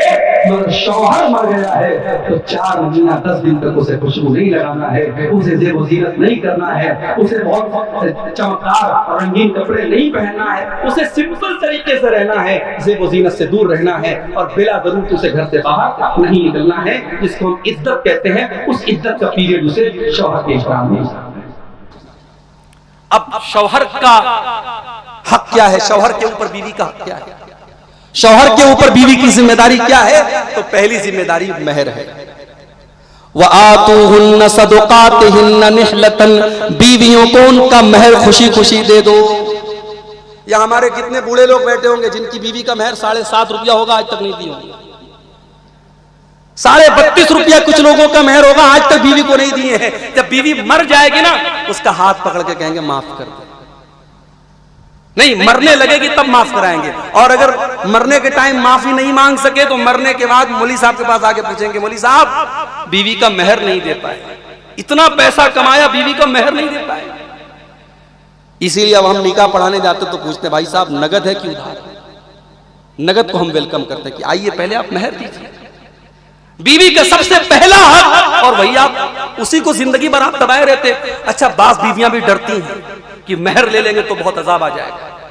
महर का पैसा अगर शौहर दे दे बीवी को तो बीवी डरती है, अरे वो तेरा हक है। और जब महर की बात आई है तो एक बात और सुन, महर बहुत भारी भरकम भी ना हो, बहुत हल्का भी ना हो। महर मीडियम, इंसान की हैसियत के मुताबिक। अब बहुत पैसे वाला इंसान है और 1000-2000 रुपए का महर है, ये भी मुनासिब नहीं है। और गरीब आदमी है, लाख रुपए का महर बांध दो, ये भी ठीक नहीं है। महर सामने वाले की हैसियत के हिसाब से होना चाहिए। हजरत उमर फारूक ने अपने दौर में खुतबे में कहा कि ऐ लोगों, महर में गुलू मत करो। महर बहुत लंबा चौड़ा मत बांधा करो। इस उम्मत की सबसे बेहतरीन औरतें तुम्हारे नबी की बीवियां थी और तुम्हारे नबी ने अपनी किसी बीवी को और अपनी किसी भी बेटी को 12.5 उकिया चांदी से ज्यादा महर नहीं दिया। तो महर मीडियम होना चाहिए। महर में कुछ भी दिया जा सकता है, यहां तक कि हदीस में आता है इल्तमिस वलो खातम मिन हदीद, लोहे की अंगूठी भी दी जा सकती है। यहां तक हदीस में आता है कि एक औरत अल्लाह के नबी के पास आई और आपने जब एक सहाबी से उनका निकाह करना चाहा तो सहाबी से आपने पूछा अब माँ का शैउन मिनल कुरान, क्या तुम्हें कुछ कुरान याद है? सहाबी ने कहा कि हाँ अल्लाह के नबी मुझे फला फला सूरतें याद हैं। आपने कहा जाओ मैंने इस औरत के साथ तुम्हारा निकाह कुरान की इन इन सूरतों के बदले में कर दिया, तुम इसको ये कुरान की सूरतें सिखला देना, यही महर हो जाएगा। तो पहला हक है महर देना। दूसरा हक नानो नफका, बीवी का खर्च आपके जिम्मे है। बीवी खुद कमा के अपना खर्चा उठाए ये नहीं, बीवी का खर्च आपके जिम्मे। बीवी को अपनी हैसियत के मुताबिक अच्छा खिलाओ, अच्छा पहनाओ, ये आपकी जिम्मेदारी। अल्लाह के नबी से एक सहाबी ने पूछा अल्लाह के नबी बीवी का हक हमारे ऊपर क्या है? आपने फरमाया अंतुत इमहा इज़ा तईमता, जो खाओ अपनी बीवी को खिलाओ। वह तकसुहा इज़्ज़त तसईता, जिस लेवल का और जिस मेयार का कपड़ा तुम पहनते हो उस मेयार का बीवी को भी पहनाओ। माशाअल्लाह कपड़े के मामले में तो औरतों का मुकाबला कोई नहीं कर सकता। हम लोग तो 1500 रुपए में निपट जाते हैं, उनका तो 5000 से शुरुआत होती है माशाअल्लाह। तो आपने फरमाया जिस मेयार का तुम पहनते हो उनको पहनाओ। वला तज़रिबिल वजह, और कभी चेहरे पर मत मारो। कभी अगर बीवी इतनी नाफरमानी करने लगे कि हाथ उठाना पड़े तो खबरदार चेहरे पर हाथ उठाओ। यहां एक बात की और वजाहत कर दो, नबी ने कहा चेहरे पर हाथ मत उठाओ, इसका मतलब मारने की परमिशन दे दी, खुली छूट दे दी, ऐसा नहीं है। नबी ने मारने की इजाजत दी है, मगर नबी ने खुद कभी किसी बीवी पर हाथ नहीं उठाया है और आपने हाथ उठाने वालों को अच्छा नहीं कहा। एक मर्तबा जब आपने सहाबा को बीवियों को मारने से मना किया और सहाबे किराम की बीवियां बहुत शेर हो गई और सहाबा अल्लाह के नबी के पास आकर के शिकायत करने लगे कि औरतें बहुत शेर हो गई हैं, आपने मारने की इजाजत दे दी। और जब शौहरों ने बहुत उनको मारा पीटा तो बहुत सारी औरतें अल्लाह के नबी के घर को आके घेर लेती हैं और सब अपने अपने शौहरों की शिकायत लेकर के आती हैं। अल्लाह के नबी मस्जिद में आते हैं और मिंबर पर चढ़ करके खुतबा देते हैं और खुतबे में आप फरमाते हैं मेरे घर पे बहुत सारी औरतें इकट्ठा हैं, वो औरतें ये कह रही हैं उनके शौहरों ने उनको मारा है, उलाइका लैसू बिखियारिकुम, वो तुम में अच्छे लोग नहीं है, वो बेहतरीन लोग नहीं है। बीवी के ऊपर हाथ उठाने वाला अच्छा इंसान है। वला तुकब्बे, और बीवी को गाली गलौज मत करो, लान तान मत करो। वला तहजुर इल्ला फिल बैत, और बीवी से झगड़ा हो जाए तो घर के बाहर मैटर को मत लेके जाओ, इंटरनल घर के अंदर मामले को सुलझा लो, घर के बाहर मत लेके जाओ। तो ये शौहर के ऊपर बीवी का हक है कि वो बीवी का खर्चा उठाए, बीवी को अच्छा कपड़ा पहनाए, बीवी की रिहाइश का इंतजाम करे। अस्किनूहुन्ना मिन हैसु सकनतुम, अल्लाह ने फरमाया जहां तुम रहते हो वहां बीवी को रखो। ऐसे भी केस आए हैं, हैदराबाद में ऐसे केस बहुत हो रहे हैं। शौहर रहता है सऊदी में, बीवी रहती है हैदराबाद में। 10 साल 15 साल जिंदगी का बेहतरीन टाइम शौहर ने सऊदी में गुजारा, बीवी की पूरी जवानी खत्म हो गई शौहर के बगैर। और जब शौहर 45 साल का 50 साल का हो गया तब उसे ख्याल आया मुझे दूसरी भी करनी चाहिए। उसने दूसरी एक जवान लड़की से शादी की और उस जवान लड़की को लेकर के वो सऊदी जाके रहने लगा। और ये बेचारी जो अधेड़ हो चुकी है, जो जवानी अपने शौहर के बगैर खत्म कर चुकी है, वो अपने बच्चों के साथ हैदराबाद में रहती है। इस तरीके के केस भी, अगर दूसरी शादी को आज समाज में गाली बना दिया गया है तो मुझे माफ कीजिएगा, उसमें बहुत बड़ा रोल दूसरी शादी करके पहली बीवी के साथ नाइंसाफी करने वालों की भी है। अगर आपको अल्लाह ने ताकत दी है जिस्मानी एतबार से, माली एतबार से, एक से ज्यादा शादी आप कर सकते हैं, शरीयत ने आपको इजाजत दी है, मगर शरीयत ने शर्त लगाई है आपको इंसाफ करना पड़ेगा। और वो इंसाफ आज बहुत कम लोग करते हैं मेरे भाइयों। और ये ना इंसाफी अगर किसी ने की, एक बीवी के ऊपर उसने ज्यादा प्यार और मोहब्बत लुटाया और दूसरी का हक उसने मारा, कल कयामत के दिन वो किस हाल में आएगा। अल्लाह के नबी फरमाते, बुखारी के अल्फाज हैं, अहदु शिक्कैहि माइलुन, उसका एक तरफ का चेहरा झुका हुआ होगा, एक तरफ का चेहरा फूला हुआ होगा, और दूर से समझ में आ जाएगा ये बेईमान आदमी है जो अपनी बीवी का हक मारता था। तो बीवी को अपने साथ रखो, बीवी को अपने से दूर रखना, ये बीवी की हक है। बीवी का हक ये भी है मेरे भाई कि बीवी के जज्बात का ख्याल रखा जाए। शौहर ये सोचे कि साहब मैं जैसा चाहता हूं मेरी बीवी वैसी हो जाए, ये पॉसिबल नहीं है। तुम मर्द हो, वो औरत है, और औरत के अपने कुछ जज्बात हैं, कुछ इमोशंस हैं, वो कुछ ना कुछ गलती करेगी, वो कुछ ना कुछ जुबान से कभी ऐसी बात बोल देगी जो नहीं बोलनी चाहिए। अब वो दरगुजर से काम लो, नजरअंदाज करो। एक हदीस आमतौर से लोग बहुत बयान करते हैं और औरतों की बड़ी कमी के तौर पे बयान करते हैं कि अल्लाह के नबी ने फरमाया कि औरत पसली से पैदा हुई। और कौन सी पसली से? सबसे ऊपर वाली पसली, जो सबसे ज्यादा टेढ़ी होती है। तो औरत पसली से पैदा हुई है, अगर तुम उसको सीधा करना चाहोगे तो तोड़ दोगे, और उसका तोड़ना तलाक है। ये अल्लाह के नबी की सही हदीस है। इसमें औरत की खराबी नहीं बयान की गई है मेरे भाई, ये औरत की खुसूसियत बयान की गई। हमारे सीने के अंदर पसली है ना, पसली टेढ़ी है तभी तो सीने के अंदर है, सीधी होती तो सीने में एडजस्ट ही ना होती। तो पसली का टेढ़ा होना ये पसली की खूबसूरती है। अल्लाह के नबी इस हदीस में बताना ये चाहते हैं कि औरत का अपना एक मिजाज है, अपना एक नेचर है। मर्दों को चाहिए कि औरत के मिजाज की रियायत करे, औरत के जज्बात की रियायत करे। मस्जिद नबी में हबशी लोग बर्छी से खेल रहे हैं, अल्लाह के नबी देख रहे हैं। अम्मा आयशा की नजर पड़ी, आपने कहा आयशा तुम्हें भी देखना है क्या?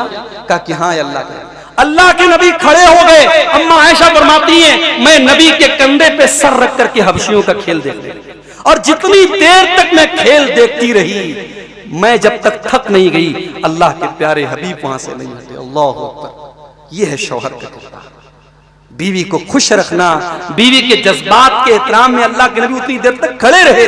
ये आपने तो उम्मत को एक मैसेज दिया, अपने घर में जल्लाद मत बनो, अपने घर में अपनी ये इमेज मत बनाओ। जैसे बाज लोग कहते हैं साहब मेरी बीवी की मजाल क्या है कि मेरे सामने जो है वो एक लफ्ज बोल सके, मैं घर में आता हूं मूंछों पर ताव देता हूं तो मेरी बीवी की घिघी बन जाती है। तो भाई साहब आप इंसान नहीं, आप जिन्नात हैं, आप अपना टेस्ट कराइए, जिन्नात में से हैं आप। इंसान के अंदर रहमत, मुरव्वत और अफ़्व दरगुजर की सिफत होनी चाहिए। एक बीवी का शौहर के ऊपर ये भी हक है। तो ये शौहर और बीवी के हुकूक के ताल्लुक से बहुत सारी बातें आई, कुछ मुतफर्रिक बातें भी मैंने आपके सामने रखी हैं। अल्लाह से दुआ करते हैं रब्बुल आलमीन जो हम में से शौहर हजरात हैं उन्हें अपने नबी की सीरत की रोशनी में बेहतरीन शौहर बनने की तौफीक अता फरमा।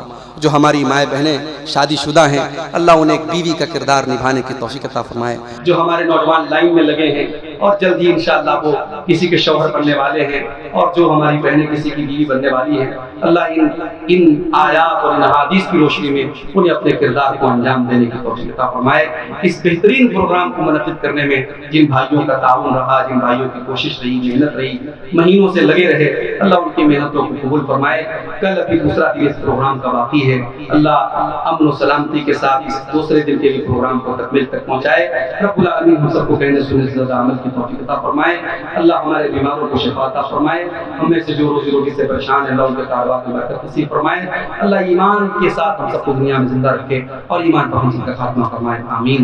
रब्बना तक़ब्बल मिन्ना इन्नका अंतस समीउल अलीम व तुब अलैना इन्नका अंतत तव्वाबुर रहीम। व सल्लल्लाहु तआला अला नबीना मुहम्मद व आलिहि व सहबिहि अजमईन। अस्सलामु अलैकुम व रहमतुल्लाह।